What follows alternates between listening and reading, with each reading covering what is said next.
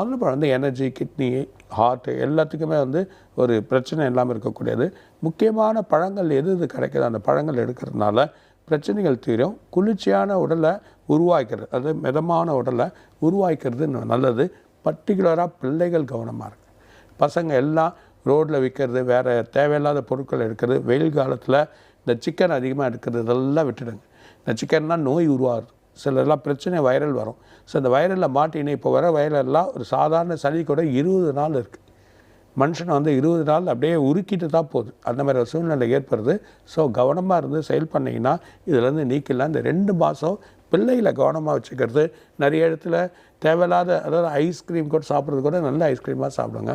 தேவையில்லாத வாங்கி ரோட்டில் இருக்கிறது 10 நாள் வச்சுருக்கிறதெல்லாம் எடுத்துகிட்டு அதை ஃப்ரீஸில் வச்சு சாப்பிட்டீங்கன்னா கண்டிப்பாக அந்த நோய் உருவாயிடும். ஸோ கேர்ஃபுல்லாக இருங்கன்றதை சொல்கிறேன். ஓகே சார், இப்போ இந்த கேஸ் தட்டுப்பாடு எப்போ சார் தரும்? ஏன்னா வந்து இந்த வணிக பயன்பாட்டு